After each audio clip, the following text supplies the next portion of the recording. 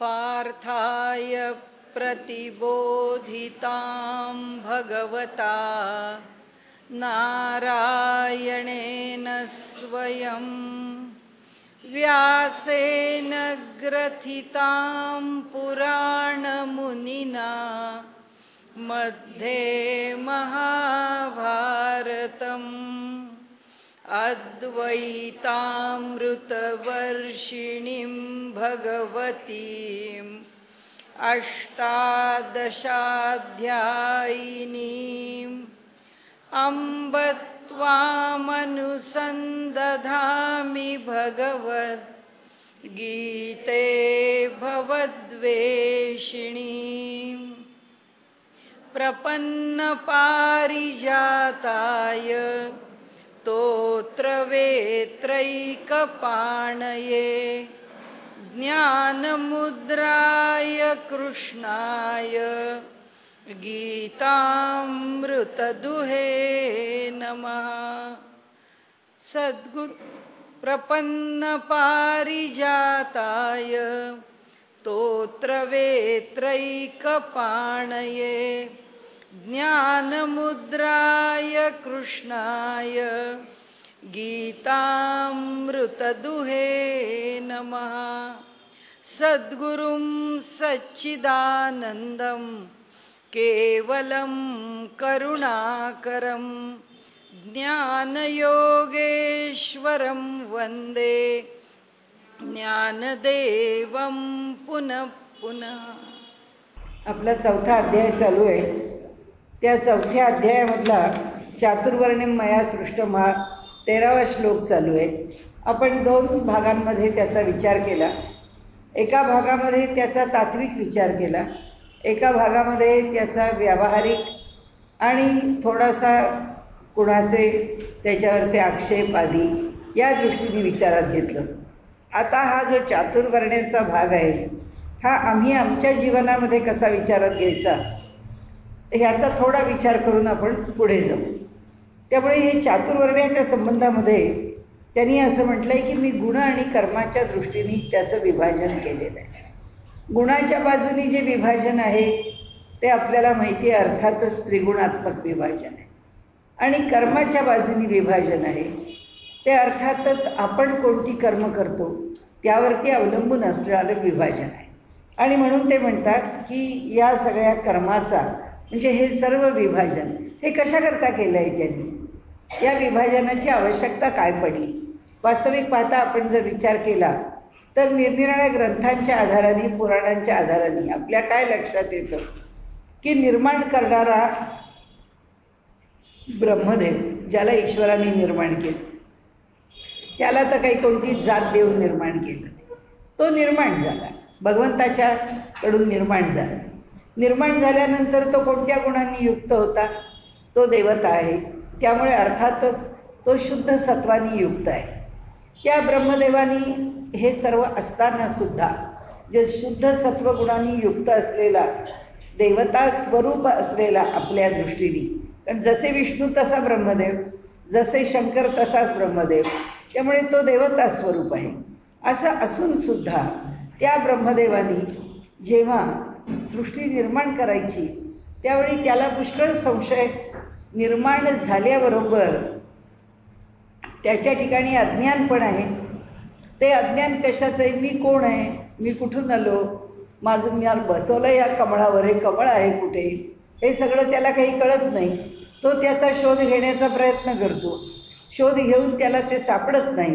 त्यावेळी त्याला कळतं की अरे मला कुणीतरी निर्माण केलेलं आहे हे नक्की, मी इथे बसलो आहे पण माझं प्रयोजन काय, मी कशा करताय, असा मी एकटाच्या एकटा किती काळ राहणार आहे, हा सगळा विचार जेव्हा त्याच्या ठिकाणी आला त्यावेळी भगवंतांनी त्याला मार्गदर्शन केलं।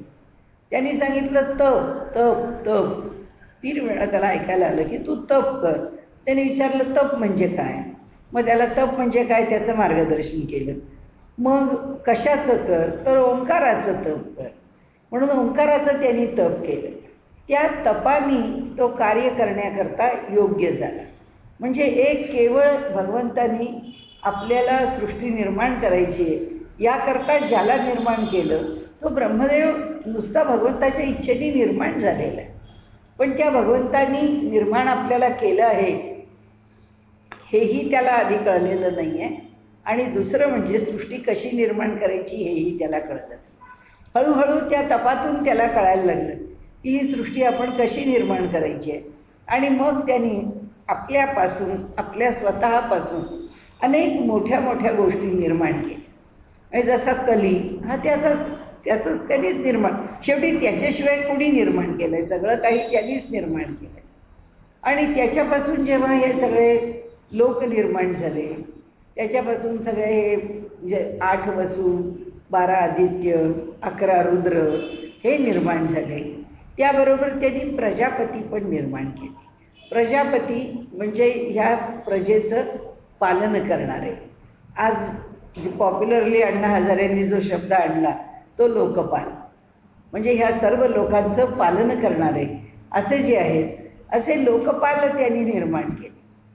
आता त्याच्याच देहापासून स्वयंभुव मनू जन्माला आला आणि त्याची पत्नी शतरूपा जन्माला आली. ते कसे जन्माला आले? हा जो ब्रह्मदेव आहे, हा ब्रह्मदेव, त्याला क हे संबोधन दिलेले. क या संबोधनाने त्याला समजलं जातं, जाणलं जातं, त्याचं नाम आहे असं म्हटलं जातं. काय शब्द वापरायचे असतील ते आपण त्याच्याकरता समजून घेण्याकरता वापरू. तर ती क हे त्याचं आपण पुल्लिंगी रूप म्हणू आणि स्त्रीलिंगी रूप त्याचं काम, का हे जे रूप आहे ते श्रीसूक्तामध्ये आहे. काम सोस्मिताम असं जे आलेलं रूप आहे ते तिचं रूप आहे. ती ह्या स्वरूपामध्ये आलेलं आहे. आणि त्यामुळे स्त्री रूपामध्ये शक्ती, ब्रह्मदेवाच्या ठिकाणी शक्ती आणि चैतन्य दोन्ही आहे. श्रीच्या ठिकाणी सुद्धा शक्ती आहे, चैतन्य आहे, सौंदर्य आहे, सर्व काही आहे. तर आपल्या पुढे मांडायचा विषय असा की हा जो ब्रह्मदेव आहे त्याचे, आता त्याला जर काही निर्माण करायचं आहे तर ते कसं निर्माण करायचं, तर त्याला काही कळत नव्हतं आपण काय करावं. आणि मग त्याच्या तपानंतर त्याला जेव्हा एकदा सुचलं की आता हे हळूहळू प्रजापती म्हणजे ऋषी निर्माण झाले, काही अधिक सामर्थ्यशाली व्यक्तिमत्व, म्हणजे जसा कली जन्माला घातला, जसा नारद हा त्यांच्यापासून जन्माला आला. आता हे अशा प्रकारची काही विशेष विभूती व्यक्तिमत्व आहेत, ती व्यक्तिमत्व त्यांनी जन्माला घातली. मग आता सृष्टी निर्माण करायची आहे, तर ही सृष्टी निर्माण करण्याकरता जीवसृष्टी कशी निर्माण करावी, बाकीच्या सगळ्या सृष्टीचं वर्णन वेगळं केलेलं आहे. आत्ता आपल्याला ह्याच्याशी त्याचा काही संबंध नाही आहे, म्हणजे गरज नाही आहे या जाती व्यवस्थेचा विचार करता. मग त्यांनी जन्माला घातलं कोणाला, तर शतरूपा नावाची स्त्री आणि स्वयंभुव नावाचा मनू, हे दोघे जन्माला आले. जन्माला आल्यावर त्यांना सांगितलं की प्रजेचं पालन करण्याचं काम तुमच्याकडे. म्हणजे अर्थात स्वयंभुव मनू क्षत्रिय आहे आणि शतरूपा क्षत्राणी आहे. आता या दोघांच्या पासून सगळ्या सृष्टीचा विस्तार झालेला आहे. या सर्व दोघांपासून सृष्टीचा विस्तार झाला आणि मग त्याच्यामध्ये हे वर्ण कसे झाले. सगळेच आपण क्षत्रिय झालो असतो ना, कारण क्षत्रियच आमचा वंश ज्याचं जो आहे, ज्याच्या वंशातले आम्ही आहोत तो स्वयंभुव मनू आहे. त्या मनूच्या वंशातले आम्ही, तर आम्ही सगळे क्षत्रिय झालो असतो. कारण का, तर उद्योग व्यवसायाने तो राजा झाला, तो पालन करणारा झाला, तो क्षत्रिय झाला. मग त्या क्षत्रियाचे पुत्र म्हणजे सगळेच जन्मानी वंशानी प्राप्त झाल्यावर क्षत्रिय झाले असते. तसं झालं नाही, तसं झालं नाही. मग काय झालं, म्हणून त्यांनी, नाहीतर गेल्या वेळी मी आपल्याला तो संदर्भ दिला होता की मनूनी आपल्या मुलींचे विवाह हे ब्रह्मदेवानी आपल्यापासून निर्माण केलेल्या ऋषींशी करून दिलेले. म्हणजे त्या कन्यांचे विवाह त्यांनी निर्माण केलेल्या प्रजापतींच्या बरोबर झालेले. म्हणजे मुळामध्ये विचार केला तर तो जातीय विचार धरून विचार केलेला आहे असं नाही आहे. सगळी सृष्टी निर्माण होताना ती अशी पक्की, ज्याला आज जसा प्रत्येकाने एक जातीचा ठसा घेतला आहे, काहीतरी आपलं वैशिष्ट्य घेतलं आहे, अशी ती निर्माण झाली नव्हती. मग कशी निर्माण झाली, त्याचं हे उत्तर आहे की गुण आणि कर्माच्या विभागांनी निर्माण झाली. एक सृष्टीमध्ये काहींनी आपलं वेगळेपण का जाती व्यवस्था दूर होणार नाही, जी आपल्याकडे कायमचं जाता येता वापरला जाणारा शब्द आहे. जात नाही ती जात, जी नष्टच होणार नाही ती जात आहे, जी जाणारी नाही आहे ती जात आहे. तर आता त्या जाती आल्या कुठून? ज्यांनी जो एक संस्कार चालवत ठेवला, आता जे कुणी चालू ठेवला, या ऋषींच्या बरोबर त्या कन्यांचा विवाह झाला. त्या कन्यांच्या विवाहानंतर त्या कन्यांना जे पुत्र झाले, आता काही त्या सगळ्याचा विस्तार आपल्याला नको, अनेक ग्रंथांमध्ये अनेक पुराणांमध्ये त्याचा विस्तार आहे. कशा प्रकारे हे सगळी सृष्टी, हे सगळं जग विस्तारत गेलं, वाढत गेलं. आणि त्यामुळे त्यावेळी 10 मुलगे व्हायला पाहिजेत अशी एक धारणा होती, की त्या ऋषींना 10 मुलं झाली की मग तो ऋषी वनामध्ये जात असे, पुन्हा त्याचं तप आधी तो करत असे. त्याची पत्नीही अशीच सात्विक असल्यामुळे तीही वनात जाऊन तप करत असे. म्हणजे 10 मुलांचा वंश वाढला, आपण वाढवला की आपलं या वंशविस्ताराचं काम संपलं, की तो जो प्रजापती आहे तो मग पुन्हा आपलं योग साधन असेल तर योग साधन, अध्यात्म साधन असेल अध्यात्म, जे काही साधन त्याला करायचं आहे ते साधन करायला तो मोकळा झाला. आता ही जी प्रजा आहे ही त्यांच्यापासून निर्माण झालेली प्रजा, जसं आपण गेल्या वेळी पुन्हा एकदा बोललो होतो की कश्यपांच्यापासून दिती आणि आदिती, दितीपासून देव आणि आदितीपासून देव आणि दितीपासून राक्षस किंवा दैत्य यांचा जन्म झाला. आता हे सगळं कसं आहे, हे गुणकर्म विभागशः आहे की त्यांच्यापासून निर्माण झाले. मग आता समजा ब्राह्मण हा जर विचार केला तर त्यांनी निर्माण केलेल्या मुलांच्यामध्ये, त्यांनी निर्माण केलेल्या त्या प्रजेच्यामध्ये, ते कन्या असो किंवा पुत्ररत्न असो, त्या दोघांच्याही ठिकाणी जर सात्विकता राहिली शिल्लक, ते त्या सात्विक गुणांनी सात्विक कर्म करत राहिले आणि ते कर्म त्यांनी वंश परंपरेने सातत्याने चालू ठेवले आणि त्यामुळे त्यांचा वंश चालू राहील. आता तो जो वंश आहे तो कशाने निश्चित झाला? तो गुण आणि कर्माने निश्चित झाला. चांगले गुण, जे सात्विक गुण त्यांनी त्यांच्याकडे जोपासले आणि कर्म जे आहे ते योग्य धर्म्य कर्म ते करत राहील. अधर्माच्या कर्माचा अवलंब त्यांनी कधी केला नाही. त्यामुळे हे सात्विक कर्म आणि सात्विक गुण याच्यामधून जी प्रजा निर्माण झाली ती काही गुण वैशिष्ट्यांनी युक्त झाली. मग काय गुण वैशिष्ट्य आहे? गीतेने पुढे दिलं आहे आपल्याला. पुढे आपल्याला सगळ्यांचीच लक्षणं दिली आहेत की ब्राह्मणाची काय आहेत, क्षत्रियाची काय आहेत. कारण पुढे त्रिविध गुणांवरती 16 अध्याय झाला की 17व्या अध्यायापासून त्यांनी प्रत्येक सत्वगुण कशाचा, सात्विक कर्म, सात्विक यज्ञ, सात्विक दान, सात्विक वृत्ती वगैरे वगैरे सगळ्या सत्वगुणांचा विचार, रजगुणाचा विचार, तमगुणाचा विचार त्यांनी पुढे केलेला आहे.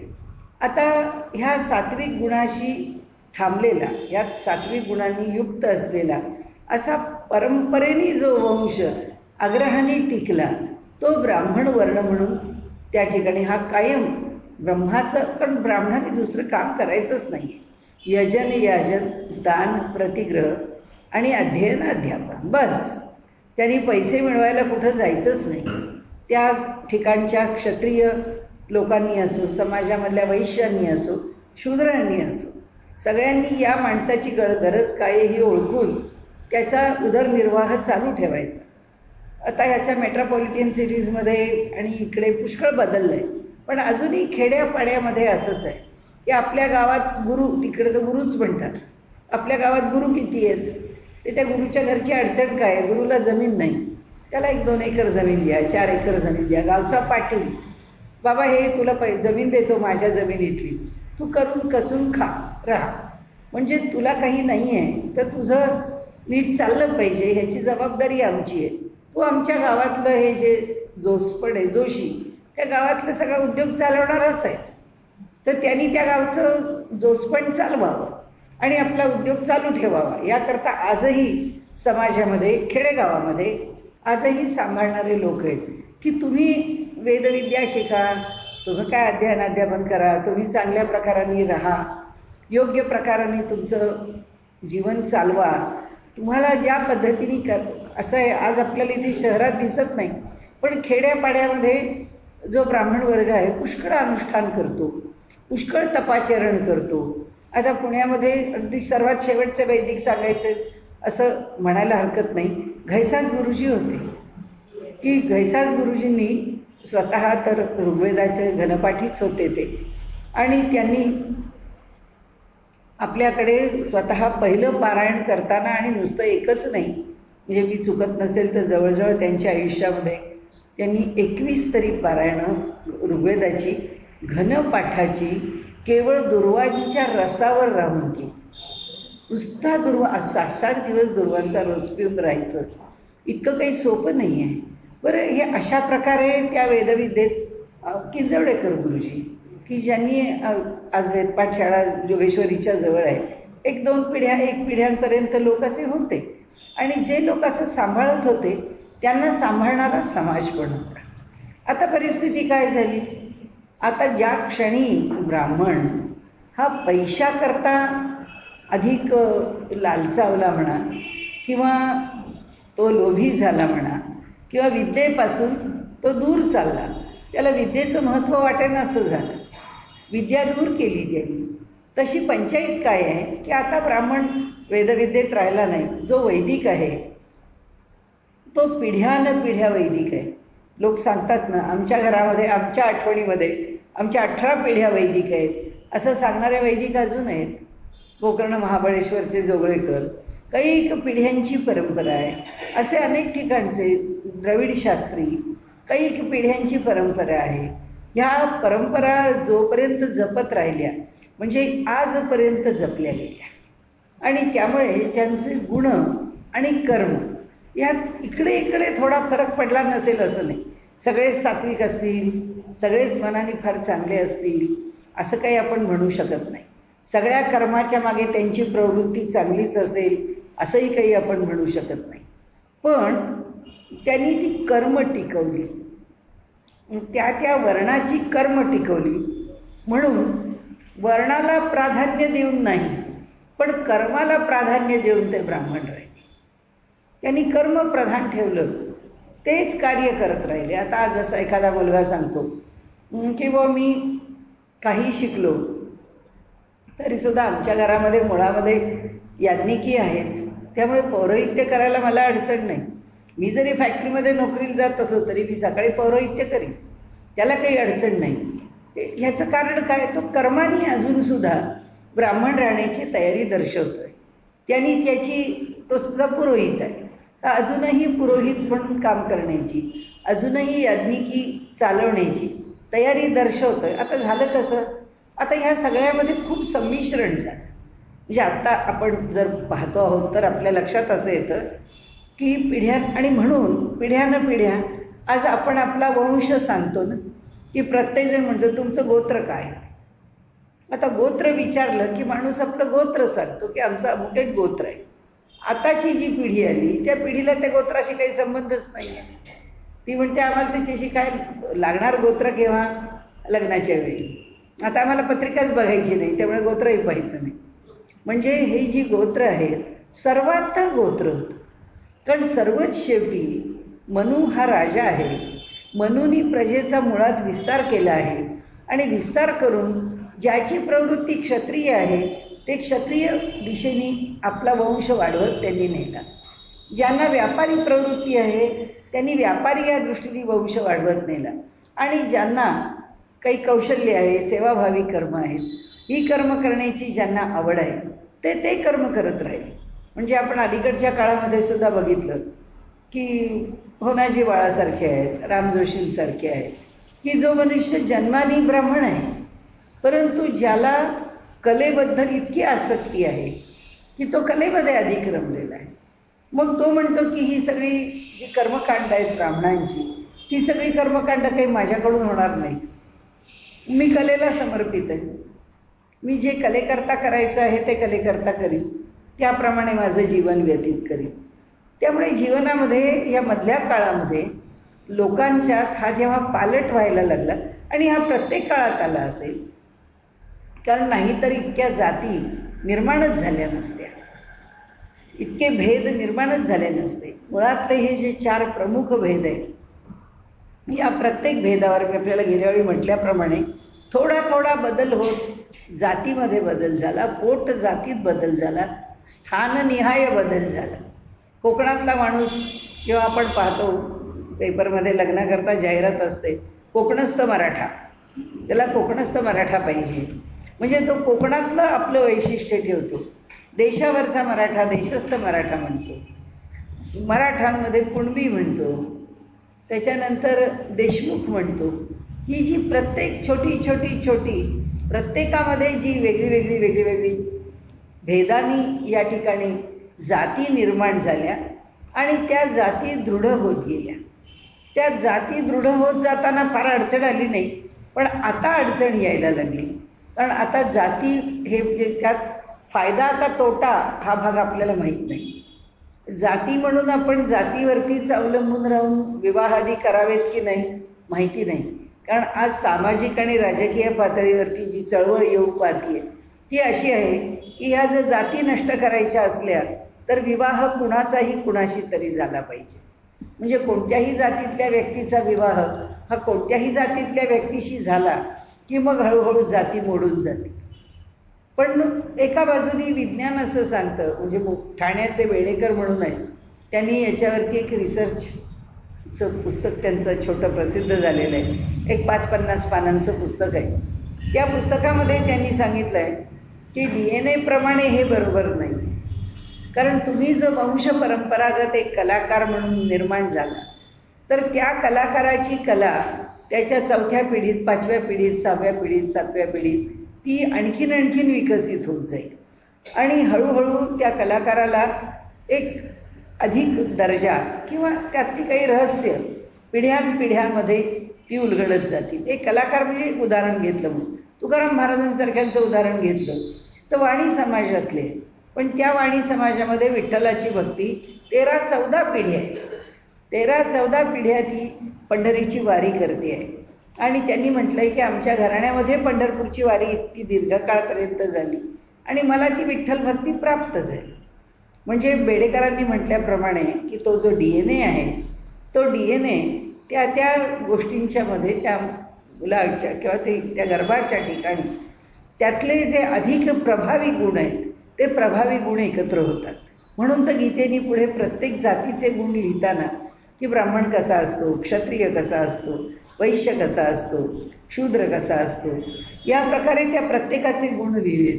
आता समाजाकडे पाहिलं तर आपल्याला माहीत नाही की हे सगळं असंच टिकणार आहे की नाही. हे सगळं असं म्हणजे जशा त्या गुणकर्म विभागशः हे 4 वर्ण होते ते जसे 4 वर्ण रूपामध्ये राहिले नाहीत. ते 4 वर्ण जातींमध्ये विभागले गेले. जातींमध्ये विभागले गेल्यानंतर सुद्धा त्या जातीमध्ये हा मनुष्य म्हणजे लवाड आहे, हा मनुष्य चांगला आहे, हा मनुष्य सज्जन आहे, हा मनुष्य प्रामाणिक आहे. प्रत्येक जातीतली सुद्धा घराणी काही दीर्घकाळपर्यंत चांगली वाईट म्हणून ओळखली गेली. व्यक्तिगत ओळख वाढत गेली. घरामध्ये 1-2 मुलं वाईट असतील, 1 मुलगा चांगला आहे, हे व्यक्तिगत त्याचं स्वरूप गुणांचं बदलत गेलं. त्याप्रमाणे त्याची जी जात आहे त्या जातीची वैशिष्ट्ये बदलत गेली. पण आता परिस्थितीच अशी आहे की ह्या परिस्थितीमध्ये ना गुणांच्या प्रमाणे कुणाचं वैशिष्ट्य आत्ता आपल्याला सांगता येतं आहे किंवा त्याच्या कर्माप्रमाणे वैशिष्ट्य सांगता येतं आहे. असं म्हणण्याचं कारण काय की ज्याची गती ज्या विषयात आहे तो त्या विषयात आता काम करतो.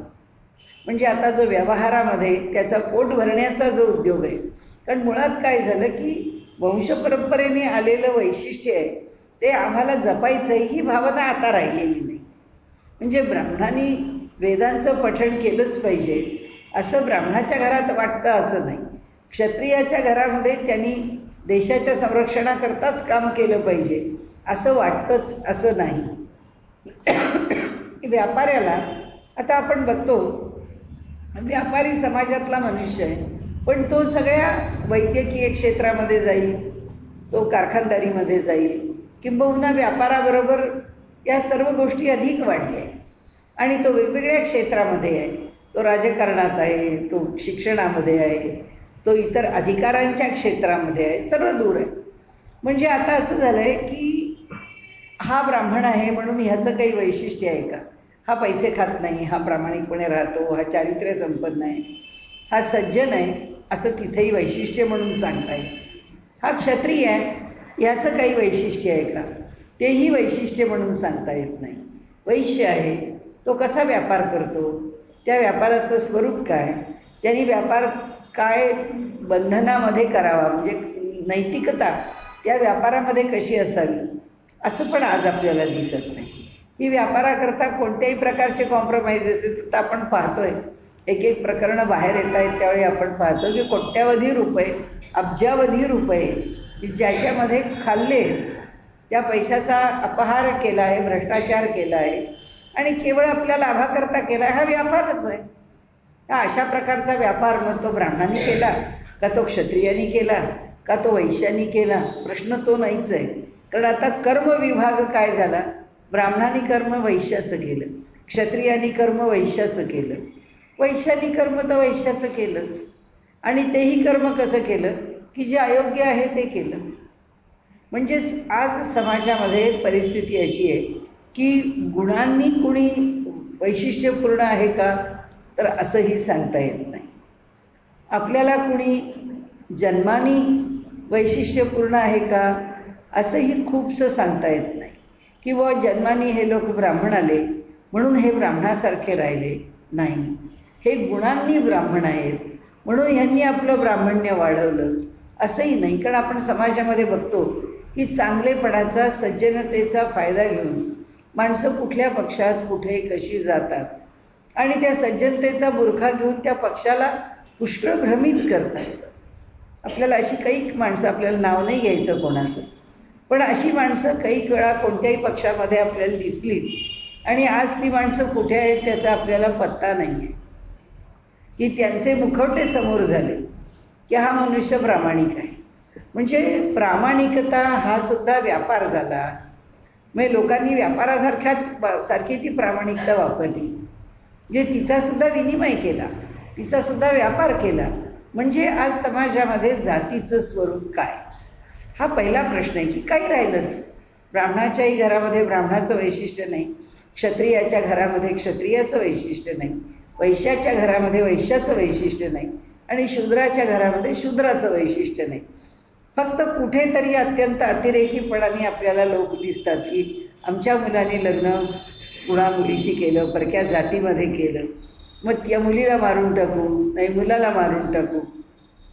हा जो एक आतताई भाग आहे, तर वास्तविक पाहता ह्या आतताईपणाने तरी आम्ही व्यवहार करावा का, हाही प्रश्न आहे.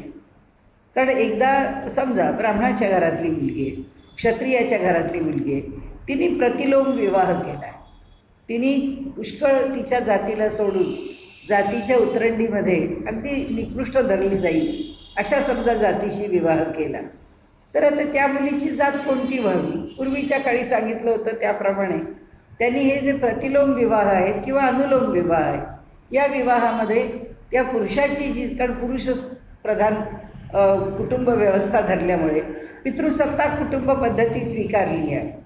मातृसत्ताक स्वीकारली तर मातेची जी जात आहे ती विचारात घ्यावी लागेल. पितृसत्ताक कुटुंब पद्धती स्वीकारल्यामुळे पित्याची जी जात आहे ती जर स्वीकारली तर ते अधिक सोयीचं होईल. पण आता परिस्थिती अशी आहे की आता दोन भिन्न जातींच्या, म्हणजे स्त्री पुरुषांची, मुलगा मुलगी यांची लग्न झाली तर कुणीच आपली जात सोडत नाही. म्हणजे नुसती जात नाही, आंतरधर्मीय विवाहसुद्धा होतात. तेव्हा आंतरधर्मीय विवाहामध्ये सुद्धा पुरुष एका धर्माचा आहे, स्त्री एका धर्माची आहे, ती म्हणते मी धर्म बदलणार नाही, तो म्हणतो मी पण धर्म बदलणार नाही. आता मुलांवर कोणत्या धर्माचा संस्कार व्हावा आणि मग मुलांनी कोणता धर्म स्वीकारावा. पुष्कळ ठिकाणी दोघांच्याही बाजूनी दडपण आणलं जातं. पुष्कळ ठिकाणी मुलांना स्वातंत्र्य दिलं जातं की तुम्हाला जो धर्म स्वीकारायचा आहे तो धर्म तुम्ही स्वीकारू शकता. मग त्याच्यामध्ये पण पुष्कळ रस्सीखेच आहे. आपण पाहतो की आई ख्रिश्चन आहे आणि वडील हिंदू आहे, तर ख्रिश्चॅनिटी पण पुष्कळ त्याच्यावरती दडपण आणण्याचा प्रयत्न करते. हिंदुइझम दडपण आणतच नाही. एक तर मुळात भूमिका नाही आहे दुसऱ्या दडपण आणायची आणि आम्ही तितके जागरूक नाही. की आमच्या समाजातला एक मनुष्य अशा प्रकारे व्यवहार, काय करायचं असेल ते करू द्या, काय व्हायचं असेल ते होऊ द्या. त्यामुळे समाजामध्ये आज जर बघितलं तर खूप त्याच्या ह्या सर्व गुणकर्म विभागशहाला आपल्याला उत्तर द्यायला असं काही ठोस उत्तर आपल्याला दिसत नाही. गोष्ट आता एकच राहिली की आता जातीने बघावं का वर्णाने बघावं का कर्माने बघावं, कशाने बघावं, कशानेच बघू नये अशी आता वेळ आली आहे. फक्त एकच आहे की आपल्या प्रवृत्तीने बघावं. कारण कसं आहे बघा तुम्ही की आम्ही उत्तरकाशीला जात असू, राहत असू, तर तिथे आमचे एक स्वामीजी होते. ते स्वामीजींना त्यांनी बरीच मुलं अशी गोळा केली होती. ते त्या मुलांना मी सांगितलं की नाही मला आठवत नाही, पण त्यांनी त्या मुलांना आपल्याकडे अगदी लहानपणापासून 4-5 वर्षापासून मुलं आणली. त्या मुलांना लहानाचं मोठं केलं आणि मग 8व्या वर्षी त्या मुलांना त्यांनी मौंजी बंधनाचा संस्कार केला. त्या मुलांचं त्या 3-4 वर्षामध्ये बोलणं चालणं, त्यांचे संस्कृतचे उच्चार, त्यांची साधारण राहण्याची पद्धती, एखाद्या गुरुकुलात ज्या पद्धतीने अत्यंत कडक जीवन आचरतात त्या पद्धतीने त्या मुलांना मोठं केलं आणि पुढे त्या मुलांना वेदविद्येमध्ये घातलं. तर जे असं बोलताना एकदा त्यांना विचारलं, मी म्हटलं गुरु कसे काय ही मुलं इथे आहेत, कुठून आली, काय या मुलांचं? ते म्हणाले कुठून आली वगैरे म्हणाले, मत पूछो हमें इतना ही मालूम है कि वैदिक निर्माण होना चाहिए. म्हणाले तोच वैदिक निर्माण, मैं तो नहीं हूँ, मैंने तो कुछ पढ़ा नहीं है. ते म्हणाले मी जातीने पण नाही आहे. ते इकडचे महाराष्ट्रातले लेवा पाटील होते. ते म्हणाले मी काही करू शकत नाही आहे ह्याच्यामध्ये, मी काही शिकलेलो नाही आहे. पण आपल्याला जर निर्माण करायचा तर आता जर ब्राह्मणाचं कामच करत नाही आहे आणि वेदविद्या जर टिकवायची आहे तर आपल्याला आपल्याच समोर पिढ्यापिढ्यांमध्ये मुलं तयार केली पाहिजे, असं त्यांनी त्यावेळी तिथे म्हटलं. आणि मला ते ऐकल्यानंतर खूप आश्चर्य वाटलं. आणि गेल्या वेळी मी आपल्याला म्हटलं तसं की पुन्हा रामदेव बाबांनी तेच म्हटलं. आता रामदेव बाबांची तर सिरियल सुरू झाली आणि आता कळेल त्यांच्या जीवनामध्ये त्यांची भूमिका काय आहे काय नाही वगैरे. पण त्यांच्या चरित्रामध्ये सुद्धा त्यांनी म्हटलं आहे की मी जे काही भोगलं, मला जे काही शिकायचं होतं ते मला शिकायला मिळताना मला जितके काही त्रास झाले, आता काय झालेत काय नाही आपल्याला काय माहीत नाही आता, तर ती सिरियल सुरू झाली आहे. तर त्याच्यामध्ये त्यांनी पण ज्या प्रकाराने विद्यार्थ्यांना वेदविद्या, उपनिषद, गीता या सगळ्यांचा अभ्यास करायला लावून त्या मुलांच्यावरती एक संस्कार, जीवनाला वळण, म्हणजे असं आपल्याला दिसतं की आताच्या काळामध्ये असे काही सत्पुरुष जन्माला येणार आहेत का, किंवा आलेल्यांच्यामधनं अशी काही व्यक्तिमत्व निर्माण होणार आहेत का की जी ह्याच समाजातनं माणसं उचलून घेणार आहेत. की जसा शालिवाहन शक आहे ज्याची आपण पूजा करतो की तो कुंभार आहे, पण त्यांनी एक बघितलं की मी जशी मडकी घडवतो तशी मला माणसं घडवली पाहिजे. ही प्रज्ञा जेव्हा त्याच्याकडे आली, ही बुद्धी आली, त्यांनी आपल्या बुद्धीने हे सगळं निर्माण केलं. म्हणजे थोडक्यात एक आपलं कुटुंब आहे, आपल्या कुटुंबामध्ये आपली मुलं जास्तीत जास्त चांगल्या संस्कारातनं कशी वाढवता येतील, त्या मुलांचे गुण काय असतील. एखाद्या मुलाला जर अधिक तो शूरच आहे, पराक्रमीच आहे, त्याला जर हेच जीवन पसंत आहे, म्हणजे जर का त्याला सैनिकी शिक्षणच पसंत आहे, ठीक आहे, त्यांनी त्याच्याकडे वळावं. तर त्याप्रमाणे आपले गुण पण वाढवावेत आणि त्याप्रमाणे आपलं शौर्य त्यांनी प्रकट करावं. आणि म्हणून आता कसं होईल की आता जातीभेद पडत राहणार नाही. आता फक्त व्यक्ती त्या त्या कार्यामध्ये जातील, त्यांना गुणाचं आणि कर्माचं दोन्हींचंही आज कुणाच्यावरतीही बंधन नाही. म्हणजे पूर्वी कसा हा ब्राह्मण आहे, हा क्षत्रिय आहे, ह्याचा आचार असाच असला पाहिजे, हे बंधन होतं. आता असं कोणावरच बंधन राहिलं की हा वैश्य आहे, ह्याचा आचार असाच असला पाहिजे, बंधन नाही आहे. आणि त्यामुळे ज्याला ज्या पद्धतीचा आचार पटेल, म्हणजेच तो सात्विक असेल, तो राजसिक असेल, तो तामसिक असेल, नाही तर उगाच गीतेने 17व्या आणि 18व्या अध्यायामध्ये त्याची चर्चा केली नसते. आपण तिथे त्याचा पुन्हा एकदा विचार करूच. परंतु आपल्याला व्यवहारतः एकच दिसतं की आपण कोणत्याही व्यवसायात असू, आपण कोणताही उद्योगधंदा स्वीकारलेला असेल, आज आपल्याला विद्या म्हणून तीच विद्या आपण धरलेली आहे. वास्तविक पाहता विद्या ही मुळामध्ये आपण एक ज्ञान आणि विज्ञान ही जे दोन फरक आपल्याकडे मुळातच केलेले आहेत, की एक प्रपंच चालवण्याकरता प्राप्त करून घेतलेली विद्या आणि एक आपल्याला आपला विकास करण्याकरता प्राप्त करून घेतलेली विद्या.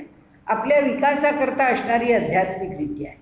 आपल्या विकासाची आध्यात्मिक विद्या ही आपल्या परिस्थितीनुसार आपण त्याचा अवलंब किती करू शकतो.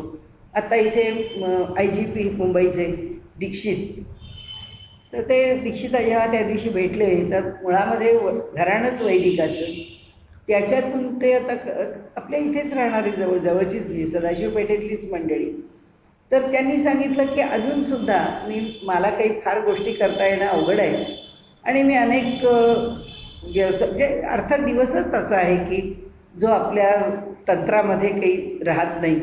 आता पोलिसी खातं आहे त्यामुळे 24 तास ऑन ड्युटी असल्यासारखंच आहे आणि म्हणून त्यांनी असं म्हटलं की मी बाकी काही हो की न हो, माझा संस्कृतचा व्यासंग मला चालवता येवो की न येवो, पण मी मात्र रोज ज्ञानेश्वरी आणि माझं काही वैदिक जे काही स्मरणस्तोत्र असतील किंवा काय जे म्हणायच्या ऋचा सूक्त काय असतील तेवढ्याकरता मी माझ्या दिवसाकाठी कोणत्याही वेळी का असेल पण मी एक अर्धा तास काढून ठेवला आहे. म्हणजे आपल्यातला जो संस्कार आहे तो संस्कार टिकवण्याचा प्रयत्न मनुष्य त्या व्यवसायात करतोय, पण तो त्या ब्राह्मण कर्माशी जोडलेला राहिलेला नाही आहे. तो आता त्या पोलीस कर्मामध्ये आहे, तो त्या आता त्या व्यवसायामध्ये आहे, त्या उद्योगामध्ये आहे. आता जपली कशी अध्यात्मविद्या. आज आपण नोकरीत आहोत तर निदान काही 4 शब्द म्हणजे आपल्याकडे जे पंचयज्ञ आपण घेतले होते कर्माच्या वेळी, तसा जो शेवटचा ब्रह्मयज्ञ आहे तो ब्रह्मयज्ञ थोडा तरी रोज चालू ठेवा, थोडा तरी, की ज्यांनी आपल्या संस्कारांमध्ये तो ब्रह्मयज्ञ चालू ठेवला म्हणजे आपल्या मूळच्या जातीचा जो एक गुणधर्माचा भाग आहे तो सांभाळावा. आज परिस्थिती अशी आहे की आज व्यवसायामध्ये असलेला मनुष्य आपल्या व्यवसायाच्या यशाबरोबर ह्या विद्येला काही अर्थच नाही आणि आपल्या जीवनात स्थान नाही असं म्हणून त्या गोष्टी हद्दपार करून टाकतो आपल्या जीवनातून. याचा विचारच जर करायचा असला तर आपल्याला एवढाच करता येईल की व्यवहारामध्ये जगण्याकरता जी विद्या, जो व्यवसाय, जो उद्योग आम्ही स्वीकारला आहे तो स्वीकारू दे, परंतु आपल्या आध्यात्मिक उन्नती करता ह्या विद्येतलं कोणतं स्वरूप आम्हाला स्वीकारता येतं ते तर आम्हाला स्वीकारता येईल. जे पूर्वी जसा ब्राह्मण आणि क्षत्रिय हे दोघे एकसारख्या नियमांनी युक्त होते. आपण पुन्हा पुन्हा प्रत्येक वेळी बोललोय की जी कर्म ब्राह्मणाची आहे तीच कर्म क्षत्रियाची आहे. फक्त क्षत्रियांनी दान द्यायचं आहे, प्रतिग्रह घ्यायचा नाही आणि ब्राह्मणाला प्रतिग्रहाचा अधिकार दिलेला आहे. म्हणजे वास्तविक पाहता या दोन्ही जातींनी आपल्या आपल्या परीने एकसारख्या जाती आहेत. या दोन्हीही जातींनी आपल्या आपल्या परीने आपले आपले संस्कार टिकवायला पाहिजेत, पण दुर्दैवाने तसं होत नाही. ना ब्राह्मणांनी टिकवला ना क्षत्रियांनी टिकवला. ब्राह्मणांनी आचारधर्मही सोडला आणि ब्राह्मणांनी त्याचं विद्याही सोडली. त्यामुळे आता तो ब्राह्मण त्या स्तरावर नाही. मग आता जातीने ब्राह्मण आहे पण कर्माने जर शूद्र आहे तर त्याला आता हे सगळं कशा करता चाललंय. आपण हे सगळं बोलतोय असं असं असं असं, मग तो खूप जातीने नीच आहे असं ह्या उतरंडीत जर आपण म्हटलं, परंतु त्यांनी आपलं जीवन अत्यंत उत्तम प्रकाराने विकसित केलं आहे. तर तो जरी जन्माने द्विज नसला तरीसुद्धा तो कर्माने द्विज आहे आणि त्यामुळे त्याला फलं कोणाची मिळणार आहेत. जी फलं त्या उत्तम कर्माची आहेत ती त्याच्या जातीमध्ये जी ब्राह्मणाला मिळत नाही आहेत पण ती त्याला मिळू शकतात. म्हणजे शेवटी त्यांनी सांगितलं की हा कर्मविपाकाचा सिद्धांत जो आहे त्याचा जर विचार केला आपण तर ह्या वर्णांनी सांगितलेले जे जे कर्माचे भाग आहेत ते ती कर्म आम्ही त्या त्या वर्णांनी सोडून दिली तर त्याचा दोष आम्हाला आहे, त्याचं पाप आम्हाला आहे. कारण आम्ही आमचा मूळचा उद्योग सोडून दिला आणि आम्ही जो आम्हाला योग्य वाटला तो आम्ही स्वीकारला.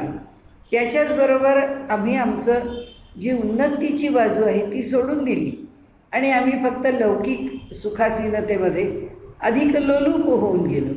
आता इथे त्यांनी आयुष्यभर पुष्कळ चांगलं काम केलं, त्यांनी आयुष्यभर अनेक गोष्टी मिळवल्या, पण त्यांनी त्याच्या ठिकाणची जी सात्विकता आहे, त्याच्या ठिकाणचं जे पूर्वपुण्य आहे, त्या पूर्वपुण्याचा लाभ घेऊन पुढे जायचा प्रयत्न केला नाही, ह्याचा पण एक दोष त्याला भोगावा लागेल.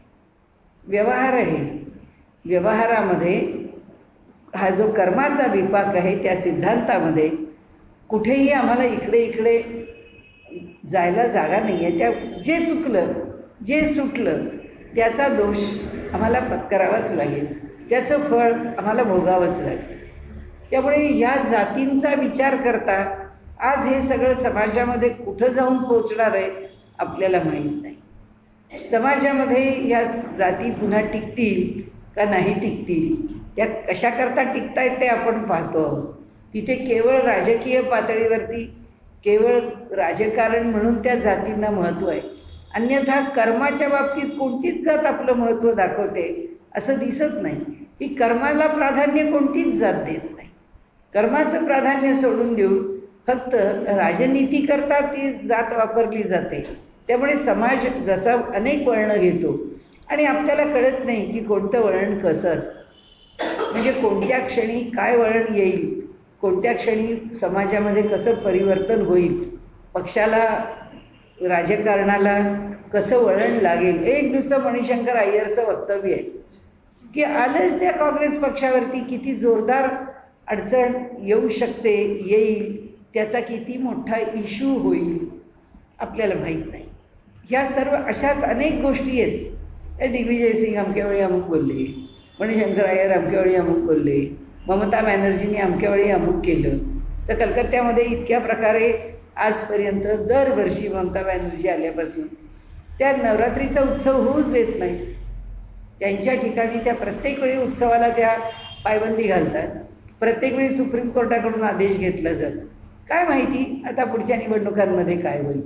म्हणजे हे सगळं जे राजकारण आहे, हे जातीनिहाय राजकारण, हे ओवेसीवाले ज्या प्रकाराने राजकारण करतायत, माहिती नाही आपल्याला की ह्यामधून समाज कोणतं वळण घेणार आहे, यामधून जाती सुटणारं वळण घेणार आहे का जाती दृढ करणारं वळण घेणार आहे का हा हिंदू समाज अधिक जागरूक होणार आहे आणि पुन्हा या पातळीवरती काही प्राप्त करावं म्हणून प्रयत्न करणार आहे. कारण समाजामध्ये आपण सगळी जी महंती पाहतो ती महंती आपल्याला काही तितकं ह्या समाजाचं फार मोठं कल्याण करून देते असं आपल्याला काही दिसत नाही. कारण त्या महंतीमध्ये वैयक्तिक स्वार्थ आपल्याला अधिक दिसतो आणि त्याच्यामध्ये प्रत्यक्षामध्ये समाजाचं हित आपल्याला कमी दिसतं. सगळा समाज त्यांच्या मागे कितीतरी महंत आहेत, अनेक महंतांच्या मागे अनेक लोक आहेत, पण प्रत्येक महंताची जास्त प्रमाणात महंती आहे, धर्माकरता कार्य हे कमी आहे, हे तर नक्कीच म्हणावं लागेल. अनेक प्रकारांनी पाहिलं, फक्त एकच असतं आजपर्यंत आपल्या आयुष्यातला अनुभव, 40-50 वर्षातला अनुभव असा की जोपर्यंत त्यांचे स्टार्स बरे आहेत, त्यांचे ग्रह बरे आहेत, तोपर्यंत ते फार उच्च स्तरावर असतात. जेव्हा त्यांची केव्हा तरी ग्रहदशा बदलते त्यावेळी त्यांच्या अनेक गोष्टी बाहेर पडतात. ह्याच्यापेक्षा त्याच्यातून काही फार मोठं निर्माण झालेलं दिसत नाही. त्यामुळे समाजामध्ये या सर्व व्यवस्थांमध्ये काय होईल, ह्या समाजाचे जे प्रश्न आहेत ते प्रश्न घेऊन सोडवायला यातले महंत कधी उभे राहतील किंवा निस्वार्थ असल्याशिवाय ते उभेच राहणार नाही. ज्या तऱ्हेने समाज आत्ता वळण घेतोय त्या तऱ्हेने आपण समाजाचं स्वरूप सांगू शकत नाही. फक्त वैयक्तिक पातळीवरती एवढंच आपण विचार करू शकतो की आपलं कर्म सात्विक असावं. आपल्याला या देशात जन्म मिळाला आहे, पहिली गोष्ट. दुसरी गोष्ट, चांगले संस्कार ऐकण्या इतकी आपल्याला बुद्धी मिळाली आहे ही दुसरी गोष्ट. तिसरी गोष्ट, ते ऐकल्यानंतर त्याच्यावर काही विचार करावा असं वाटण्या इतकं आपल्या मनामध्ये काहीतरी मंथन करण्याचं सामर्थ्य आहे. काय बा ऐकलं खरं काय ते आपल्या काही लक्षात आलं नाही, कारण ते आपल्याकडे खूप विनोदाने माझे गुरु तर नेहमी सांगायचे. ते म्हणाले गीता सांगितली, समजावली, 7 दिवस 15 दिवस महिना ते संन्यासी आले आणि अनेक विद्यार्थ्यांना समोर, म्हणजे चांगले मोठे मोठे अधिकारी लोक आहेत, ते वयाने मोठी मंडळी, तशा सगळ्यांना ती गीता त्यांनी समजावून सांगितली. सगळं समजावून सांगितल्यावर त्यांनी विचारलं की आपल्याला काही त्याच्यामध्ये शंका आहे का, आपल्याला जर काही प्रश्न विचारायचे असले तर विचारा.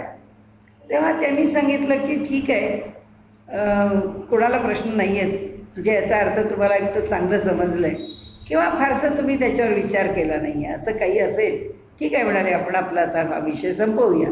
तर एक विद्यार्थी म्हणजे एक गृहस्थ उभे राहिले आणि त्यांनी सांगितलं की हा मुझे उसमें शक है. तर म्हणाले काय अडचण आहे तुम्हाला? तर म्हणाले आपने जो गीता बताई उसमें तो कुछ शक नहीं है, मगर आपने जो गीता महात्म बताया है उसमें शक है. बोले क्या शक है बोल दो. त्यांनी सांगितलं ये आप जो कह रहे हैं कि 2 गधा गोपाल नंदन, गोपाल नंदन गधा कैसे हो गए, और 2 गधा कौन से है? एक गधा आप हो, एक गधा मैं हूँ, क्योंकि मैं इसमें आपको सब ये बता रहा हूँ और सुनने में आप इतना ध्यान दे रहे हो कि आपको कुछ समजा ही नहीं है.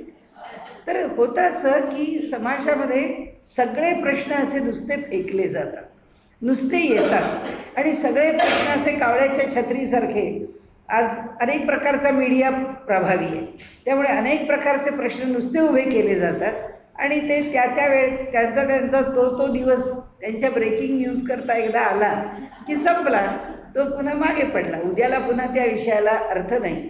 त्यामुळे आज जर आपण पाहिलं तर भगवंतांनी ज्याला गुणकर्म विभागशः म्हटलेलं आहे त्या गुणाचं संवर्धन होईल का, असं काही महंतांच्याकडे त्यांच्या शिकवणीमधून त्या विद्यार्थ्यांच्या करता, शिष्यांच्या करता, येणाऱ्या लोकांकरता, त्यांचा मार्ग अनुसरणाऱ्यांच्या करता ते सांगतात का, ते प्रयत्न करतात का की लोक अधिकाधिक सात्विक व्हावेत, लोकांच्या ठिकाणी स्वकर्माचरणाच्या विषयी जागरूकता यावी, लोकांचं कर्म अधिकाधिक शुद्ध व्हावं, विचार अधिकाधिक शुद्ध व्हावेत.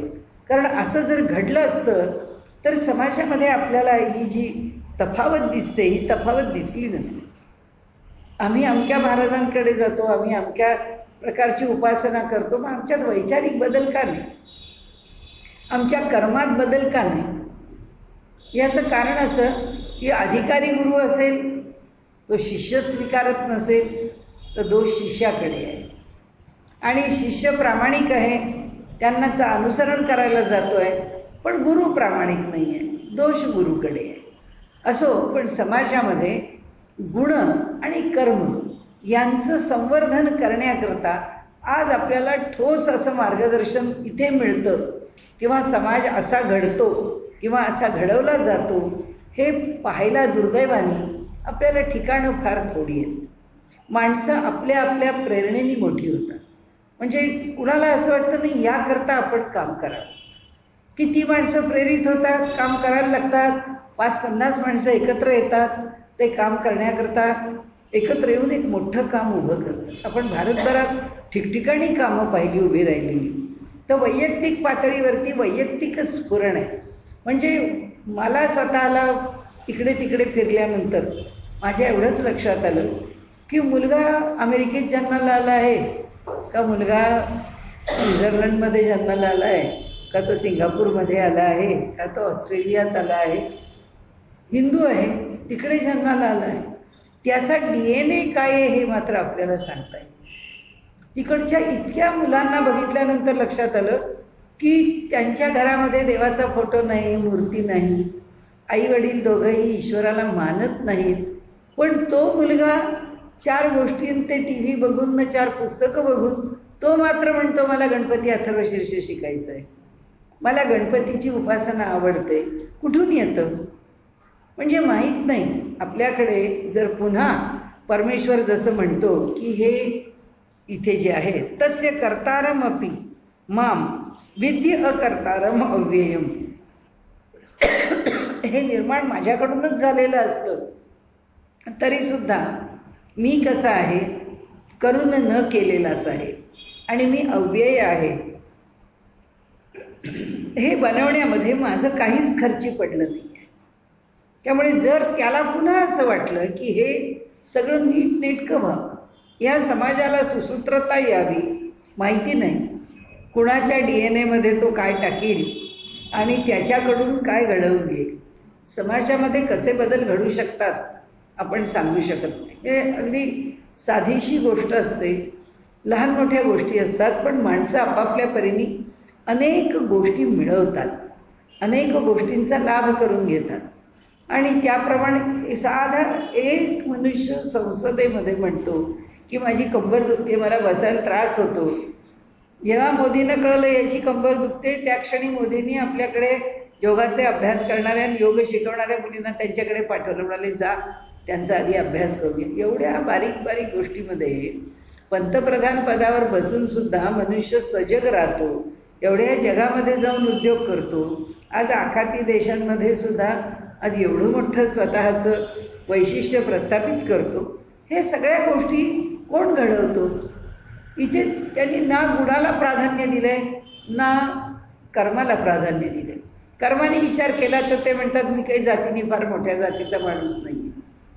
गुणांनी विचार केला तर म्हणतात आम्हाला लहानपणी घडवलंय लोकांनी, आणि ज्यांनी घडवलंय त्यांच्यातून आम्ही घडलोय आणि घडून आज आम्ही इथे आलेलो आहे. म्हणजे याचा अर्थ असा आहे की समाजाला गरज निर्माण झाली आणि ईश्वराला जर वाटलं तर तो कुणामधून काय निर्माण करील आपल्याला माहीत नाही, त्या व्यक्तीला कशी अनुकूलता देईल माहीत नाही, त्याची प्रवृत्ती कशी बदलेल माहीत नाही. पण तोपर्यंत आपल्यापुरतं मात्र एवढं नक्की आहे की ह्या सगळ्या अध्यात्माचा विचार करताना कर्म सदोष राहू नये. आणि आपला म्हणजे याचा अर्थ आचार, आणि त्या आचाराच्या मागचा हेतू सदोष राहू नये. की आम्ही वरवर पाहता गोडीचा व्यवहार आहे, वरवर पाहता फार प्रेमाचा व्यवहार आहे, वरवर पाहता आम्ही त्यागी वाटतो, पण अंतरंगामध्ये मात्र आमचे हेतू वेगळे आहेत. असे जर आम्ही झालो तर त्याचा काही उपयोग नाही. आणि म्हणून ते जे गुण आहेत त्या गुणाचा जो विभाग आहे ते विभाजन आम्ही अशा प्रकाराने फार मलिन करून टाकू नये, फार गुंतागुंतीचं करून टाकू. आपलं जीवन सहज स्वच्छ, ज्याला आजच्या भाषेत अगदी ट्रान्सपरन्सी पाहिजे, आयुष्य अंतर्बाह्य पारदर्शक असावं, आपलं कर्मही पारदर्शक असावं.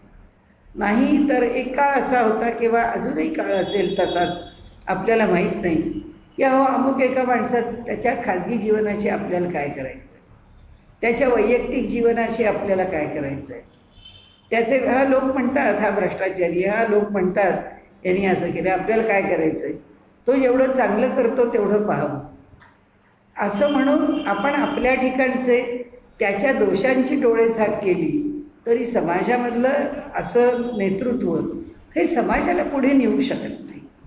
आणि म्हणून त्यांनी जे म्हटलं आहे की गुण आणि कर्म या दोन पातळीवरती आपल्याला जितकी शुचिता आणण्याचा प्रयत्न करता येईल तेवढी करावी.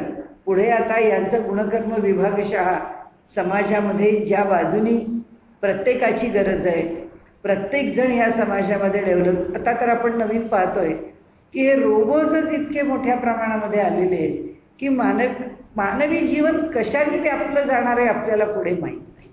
मानवी जीवनाची वैशिष्ट्य म्हणून काय राहणार आहे आपल्याला काही माहीत नाही.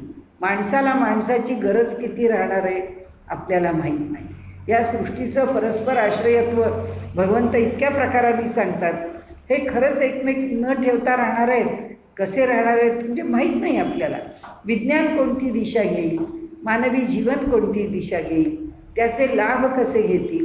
कारण त्या रोबोचे लगेचच धोके लोक सांगायला लागले की त्यांच्या येण्याचे धोके, त्यांचे जसे फायदे एका बाजूला सांगतायत तसे एका बाजूला ताबडतोब धोके सांगतायत की घरातलं प्रत्येक काम तो आपल्याकरता करू. तो रोबो आडवा पडला तरी आपला उभा राहतो. त्या रोबोला आपल्या घरामध्ये कोणती कामं करायची त्याची एकदा इन्स्ट्रक्शन मिळाली, कुठल्याही प्रकारे आपल्याला त्रास न देता, कुठल्याही प्रकारे आपल्याला अडचणीत न आणता, कुठल्याही प्रकारे आपल्याकडनं अपेक्षा न करता, एकदा त्याचा प्रोग्राम त्याला मिळाला की झालं, तो आपल्याकरता कामं करत राहतो. म्हणजे मनुष्य हे मिळाल्यानंतर पुढं काय करणार आहे, तो कसा वागणार आहे, तो समाजामध्ये राहणार आहे का, तो टिकणार आहे का. आजच आपल्याला दिसत आहेत इतके सायकोसोमॅटिक डिसिजेस वाढत आहेत. पुढे काय होणार आहे आपल्याला माहीत नाही. असो, पण ह्या ठिकाणी गुण आणि कर्माचा अनेक बाजूनी विचार केला तरी सुद्धा गुंता आपल्याला काही सोडवता येतो का असं म्हटलं तर दुर्दैवाने नाही असंच उत्तर द्यावं लागेल. ज्यांनी त्यांनी आपल्या वैयक्तिक जीवनामध्ये त्याचा गुंता सोडवावा. दुसरा काही पर्याय नाही. कारण आपण वैयक्तिक जीवन कसं स्वीकारायचं किंवा ह्या सर्व गोष्टी कशा स्वीकारायच्या आपल्याला शिकून आपल्या समस्यांमध्ये आपल्याला सोडवावं लागेल. एक मनुष्य दुसऱ्याच्या घरातला गुंता सोडवू शकणार नाही, ही तितकीच गोष्ट खरी आहे. आणि म्हणून त्यांनी जे म्हटलं आहे की चातुर्वर्ण्यम मया सृष्टम, मी निर्माण केलं आहे गुणकर्म विभागशः. म्हणाले ह्या ठिकाणी मी जे काही निर्माण केलं आहे ते गुणांनी आणि कर्माच्या विभागांनी केलं आहे. तस्य कर्तारम अपि माम विद्धी, हे जाण की अकर्तारम अव्ययम, मी अकर्तार आहे, मी अव्यय आहे. आता ते म्हणतात न माम कर्माणि लिंपन्ति न मे कर्मफले स्पृहा इति माम योऽभिजानाति कर्मवीर न स बध्यते. फक्त आपल्याला त्या दोन श्लोकांची संगती लावता येते की वर गुणकर्म विभागशः मी हे सगळं निर्माण केलं आहे चातुर्वर्ण्य, लगेच खाली सांगतात. म्हणून आपण मगाशी म्हटलं त्याप्रमाणे की सगळा संबंध कशाशी आहे, कर्म आणि कर्माच्या फलाशी, कर्म आणि कर्माच्या फलाच्या भोगण्याशी. कर्माच्या फलाचा भोग भोगल्याशिवाय सुटका नाही. ते म्हणाले हे वरचं आता आपली स्थिती, आपण आपल्याला जर त्यात टाकलं तर आपण इतक्या गुंतागुंतीच्या स्थितीत या जाती व्यवस्थेमध्ये येऊन पडलेले आहोत की आपल्याला कळत नाही की ही जाती व्यवस्था सगळ्या समाजाला कुठे नेईल, वैयक्तिक आपल्याला कुठे नेणार आहे. वैयक्तिक आपल्याला कुठं नेणं हे गोष्ट फार चर्चेची नाहीच आहे. पण सगळा समाज म्हणून आपला विचार केला, आपलं कुटुंबामध्ये आपल्या जवळची 100-150 माणसं, त्यांच्या जीवनामध्ये ह्या जाती व्यवस्थेचे निर्माण झालेले पडसाद, हे सगळं जर आम्ही पाहत गेलो तर हे आम्हाला कुठे नेणार आहे, कसं नेणार आहे, आम्ही कुठे आहोत, आम्ही कसे आहोत, आपल्याला काही माहीत नाही. आणि त्यामुळे इथे त्यांनी सांगितलं की आता तुम्हाला ह्याचा संबंध मी कशाशी जोडतो, तुम्ही कसेही असा, तुम्ही नका त्यात गोंधळून जाऊ. निर्माण मीच केलेलं आहे म्हणाले. तुमच्यासमोर जे जसं आलं आहे तसं म्हणाले तुम्ही त्याचा स्वीकार करा, त्याच्याबरोबर राहा, त्याच्याबरोबर पुढे चला. आता काय करा फक्त, कारण जे कर्म तुम्हाला करावं लागतं आहे ते कर्म तुम्ही, कारण असं आहे लोक पुष्कळ विचारतात, व्यवसायामध्ये माणूस आहे, व्यवसायामध्ये ते म्हणतात आता काय करावं, म्हणजे साधी गोष्ट आहे, घरातच आपल्या कोणाचं करिअर आहे. आता करिअर स्वीकारताना सुद्धा वकिली व्यवसाय आपल्याला करावा लागणार आहे किंवा विशेषतः अशा ज्या अडचणीच्या इन्कम टॅक्सच्या केसेस असतात की ज्याच्यामध्ये कोट्यवधी रुपयांचा फायदा त्याच्या बाजूचा वकील करून देतो, की ज्याचे 5-50-100 कोटी रुपये त्या ठिकाणी अडकलेले असतात आणि त्या अडकलेल्या पैशांकरता तो वकिलाला काय 5-25 कोटी द्यायला नाही म्हणत नाही, कारण त्याचे 100 कोटी अडकलेले असतात. खोट्याचं खरं करण्याकरता हा सुद्धा अनेक मार्ग अवलंबतो आणि त्याची केस त्याला जिंकून देतो. आता पहिल्यांदाच व्यवसाय स्वीकारताना तो विचार करतो काय करावं, कारण ह्या सर्व मार्गांमध्ये खोटं जे आहे ते धरून खोटंच खरं सिद्ध करतोय आपण. हा मोठा दोष आहे. हा दोष आपण पत्करायचा की नाही, हा व्यवसाय आपण स्वीकारायचा की नाही, हा पहिला प्रश्न आहे. आता पुन्हा आपण म्हणालो तसं व्यवहार आहे, व्यवहारामध्ये ह्या किंवा त्या बाजूनी कुणी ना कुणीतरी माणसं असणारच आहे. आपल्यापुरता आपण अशा कोणत्या ना कोणत्या तरी व्यवसायात, एखादा माणूस सुप्रीम कोर्टामध्ये जजेसच्या बेंचवरती आहे, आता ही फाशीची शिक्षा द्यायची का नाही द्यायची, या माणसाला निर्दोष सोडायचा का नाही सोडायचा. ते म्हणाले हे जे प्रत्येक कर्म आहे हे प्रत्येक कर्म त्याला दोष देणार आहे. त्यांनी योग्य किंवा अयोग्य काय जो व्यवहार तो करील त्या व्यवहाराप्रमाणे त्याला त्याचे दोष आहे, त्याचे दोष त्याला कळलेत आणि तरीही तो व्यवहार करतो आहे. तर म्हणाले एक लक्षात घ्या की त्याची जी भूमिका आहे, त्याचा जो व्यवसाय आहे, त्या व्यवसायामध्ये ते सांगतात नमाम कर्माणी लिंपंती नमे कर्म फले स्पृहा. म्हणजे ते जे कर्म आहे त्या कर्माची मला कुठल्याही प्रकारे त्याचा लेप किंवा मला कुठल्याही प्रकारे त्या कर्माचं स्वरूप मला चिकटत नाही. आणि मला म्हणजे कोणाला? परमेश्वराला. परमेश्वर जर कर्म कर्माच्या ठिकाणी ठेवतो तर नमे कर्म फले स्पृहा, तसंच मला कर्माच्या फलामध्ये आसक्ती नाही. हे म्हणाले ज्याला कळेल, हे समजून जो माणूस व्यवहार करील तो इतिमाम योभिजानाति, तो खरा मला जाणेल, तो खरा माझं योग्य स्वरूप समजेल की मी अकर्ता आहे. त्याच्याचबरोबर माझं आत्मस्वरूप हे भिन्न आहे. कर्ता हे माझं स्वरूप नाही आहे. जग निर्माण करणं हे माझं स्वरूप नाही आहे. कर्मभीर नस बध्यते, त्या व्यक्तीला कर्म बाधित होत नाही. आता इथे कर्म कोणाचं आलं आणि कर्म कसं आलं? दोन गोष्टी आल्या. हा व्यवसाय मी स्वीकारायचा का नाही स्वीकारायचा? वकिलीचा व्यवसाय स्वीकारायचा, पण कुणाची वकिली करायची? इथे डिस्क्रिशन आहे, इथे भेद आहे, इथे स्वीकार अस्वीकार आहे. कारण काय आहे, ही सगळी आजच्या भाषेमध्ये बोलायची, आजच्या जगात ही आयडिओलॉजी आहे. हा केवळ आदर्शवाद आहे. आपण जर असं सांगायला लागलो तर हे कोणाला पटणार नाही. आणि हे पटवून देण्याच्या मनस्थितीमध्ये आज आपण नाही आहे. आपण म्हणतो हा पेईंग जॉब आहे, एवढा पैसा देणार कोण देणार आहे?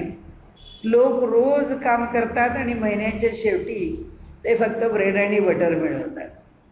हा वकील म्हणतो की मी महिन्यातनं 2 नाही तर 4 केसेस करतो आणि मी फक्त 7 स्टार जेवढ्या म्हणून ॲम्युनिटीज आहेत त्या सगळ्या मी एन्जॉय करतो. मला महिनाभर त्या पगाराकरता थांबावंच लागत नाही. मी सोन्याच्या ताटात जेवतो, सोन्याच्या भांड्याने पाणी पितो, सोन्याच्या चमच्याने जेवतो. हे मला काही न करता मिळतं, मग मी का नाही स्वीकारायचं? भगवंत म्हणतो स्वीकार आणि त्याचे दोष पण स्वीकार.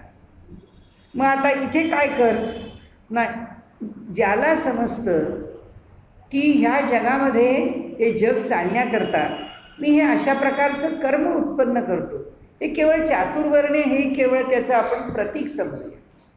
भगवंतांनी जे जे म्हणून काही उभं केलं आहे या जगामध्ये चालवण्याकरता, म्हणजे हे जग चालावं म्हणून चांगल्या, म्हणून वाईट, म्हणून वेगवेगळ्या गुणधर्मांच्या वस्तू गोष्टी, धर्माच्या पातळीवरती योग्य आचार अनाचार ह्याच्या व्याख्या, धर्म अधर्म याच्याविषयीची चर्चा विचार, सगळं आहे.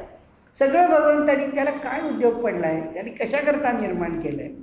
तो भगवंत म्हणतो ज्याला हे कळलं की ह्यानी भगवंताचं काही बिघडत नाही, तो स्वतः सर्वे सर्व आहे, कर्तुम अकर्तुम अन्यथा कर्तुम आहे, त्याला काही कशाची गरज नाही, तरीसुद्धा तो कर्म करतो आहे, पण त्या कर्माच्या फळाची त्याला इच्छा नाही आहे. मग ह्या जगातली जेवढी कर्म आहेत तेवढी सगळी कर्म कुणाच्या ना कुणाच्या तरी वाट्याला योग्य किंवा अयोग्य येणारच आहे. जे कोणतं योग्य आहे आणि जे कोणतं अयोग्य कर्म आहे ते योग्य आणि अयोग्य कर्म वाट्याला आलं कीच प्रश्न आहे. ज्याला रोज, ज्या खाटकाला रोज त्याचं दुकान चालवण्याकरता एका जीवाला रोज मारावं लागतं, प्रश्न त्याचा आहे की मी जीवाला मारावं का माझा व्यवसाय म्हणून? तर ते म्हणतात तुझं कर्म आहे. जसं तू मला जाणशील की कर्माने मी लेप पावत नाही, तर मलाही जाणलं पाहिजे की हे कर्म माझ्याकडे आलं आहे, हे कर्म मला करावं लागणार आहे. तर ह्या कर्माच्या ठिकाणी त्याच्या फलाची जर मला अपेक्षा नसेल तर ते कर्म मला बाधित होणार. हे जर मनात आलं तर कुणाची केस मी घ्यावी किंवा घेऊ नये, मी लाच खावी का खाऊ नये, मी भ्रष्टाचार करावा का करू नये, राजकारणाकरता वेडेवाकडे आरोप मी करावेत का करू नयेत. मग कितीतरी गोष्टी आहेत की मनुष्य त्याचा पहिल्यांदा विचार करेल. तो म्हणाल मला 2 वेळा खायला मिळालं बस आहे, पण मी वेडवाकडं आचरण करणार नाही.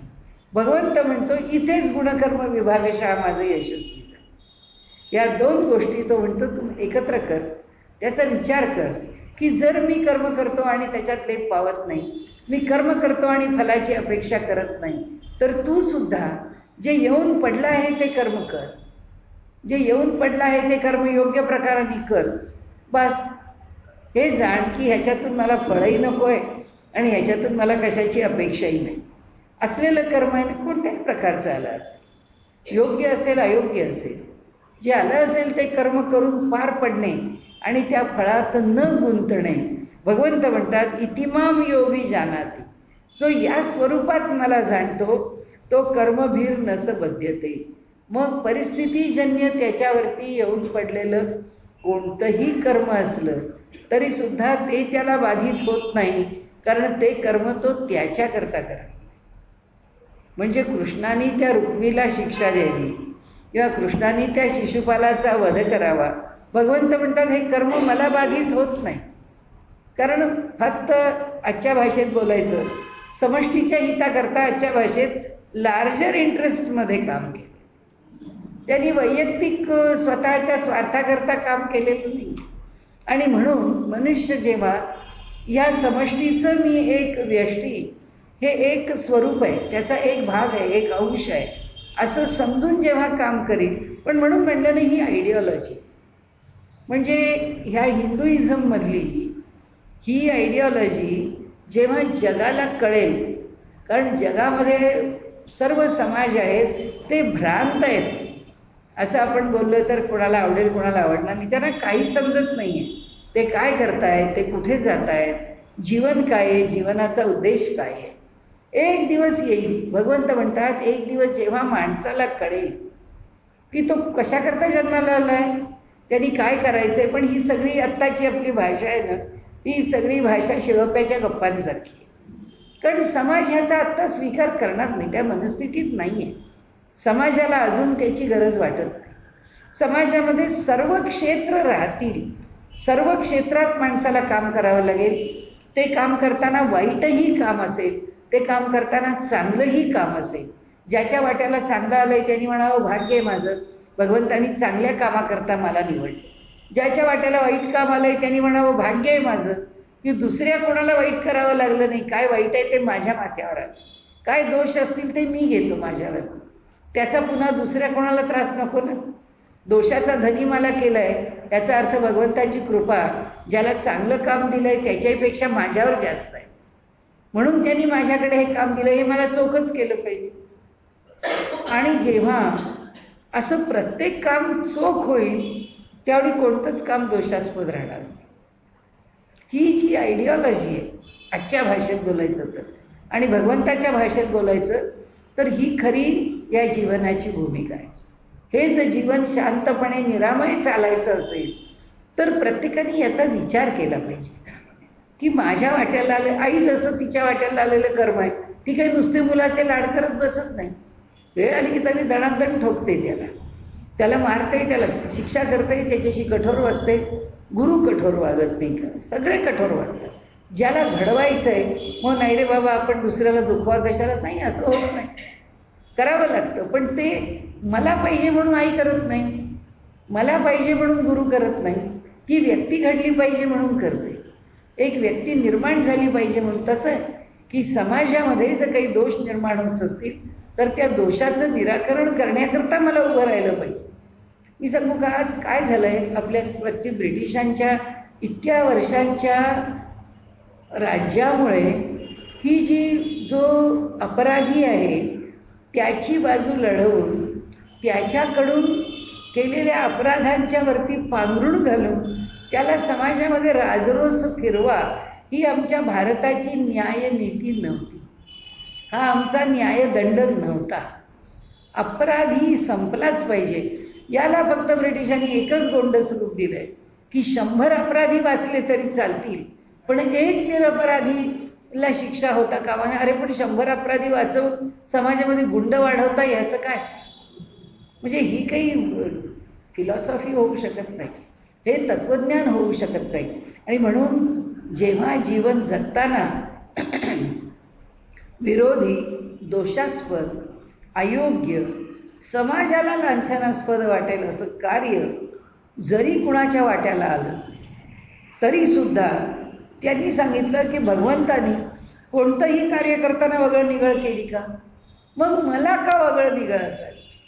जे माझ्यावर येऊन पडलंय ते मी करेन इथपर्यंत ठीक आहे, पण माझ्या स्वार्थाकरता, माझ्या उत्तम फलाकरता मात्र मी कोणतंही कर्म स्वीकारणार नाही. काही नाही घडलं तरी चालेल, मला काही नाही प्राप्त झालं तरी चालेल, माझं आयुष्य संपलं तरी चालेल. मी आपल्याला पूर्वीच सांगितलं असेल कदाचित की गोव्या मुक्तीसंग्रामाच्या वेळी तिथे सुद्धा त्यांनी सांगितलं त्या वैदिकांनी, तुम्ही काही म्हणा, हे काम थांबवा असं जर तुम्ही म्हणायला लागलात तर मी थांबवणार, कारण गोवा मुक्त झालाच पाहिजे. त्याच्याकरता माझी श्रद्धा आणि माझं बळ कशात आहे? माझ्या मंत्रात आहे.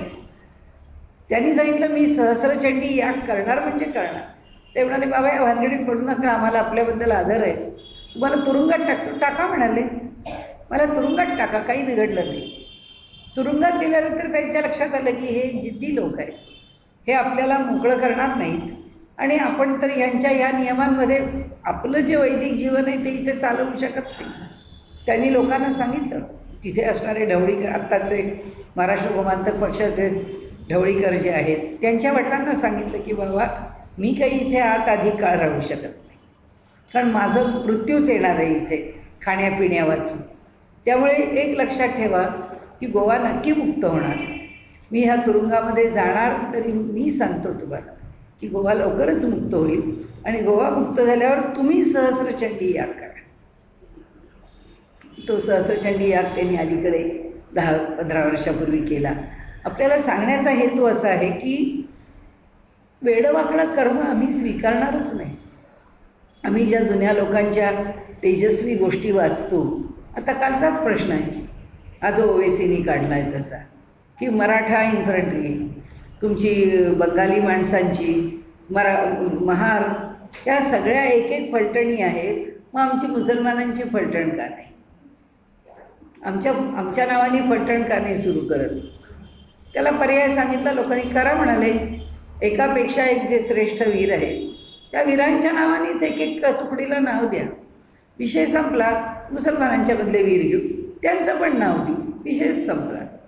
पण ही सगळी गोष्ट काय आहे? हा सगळा जो स्वार्थाने पीडित रोज एक नवीन आचार सुरू करणं आहे, हा पूर्ण दोषास्पद आहे. त्याला उत्तर देणं त्याहून दोषास्पद आहे, पण त्याला काही पर्याय नाही. जेव्हा असा समाज आज आपण पाहतोय, भयंकर समाज ढवळून निघतोय, या परिस्थितीमध्ये आपण काही त्याचं उत्तर देऊ शकत नाही. भगवंत म्हणतात कोणत्याही स्थितीमध्ये दीपस्तंभासारखं तत्वज्ञान मात्र तुम्हाला मार्गदर्शन करायला उभं आहे. ते सांगतो 2 गोष्टी सोडून द्या की कर्म आपल्याला लेप पावत नाही जेव्हा कर्माच्या मागे आपला हेतू नाही, आपली आसक्ती नाही, आणि दुसरं त्या कर्माच्या फळाची अपेक्षा नाही. या 2 गोष्टी डोळ्यासमोर जर तुम्ही, जे माझं स्वरूप आहे ते माझं स्वरूप म्हणजे या 2 रूपामध्ये पहा आणि त्याप्रमाणे कर्म करा. ते म्हणतात सगळं बदलेल. कारण शेवटी असं आहे ना, आत्ता ज्या भ्रांत स्थितीत आहोत आपण, ती भ्रांत स्थिती बदलायला कुणी एक व्यक्ती उपयोगाला येणार नाही. हे असं ज्याचं त्याला बदलावं लागणार आहे. असो, आपण पुष्कळ चर्वित चर्वण केलं आहे त्या गुणकर्म विभागशःवरती. पुढच्या वेळी आपला विषय पुढे सोडू.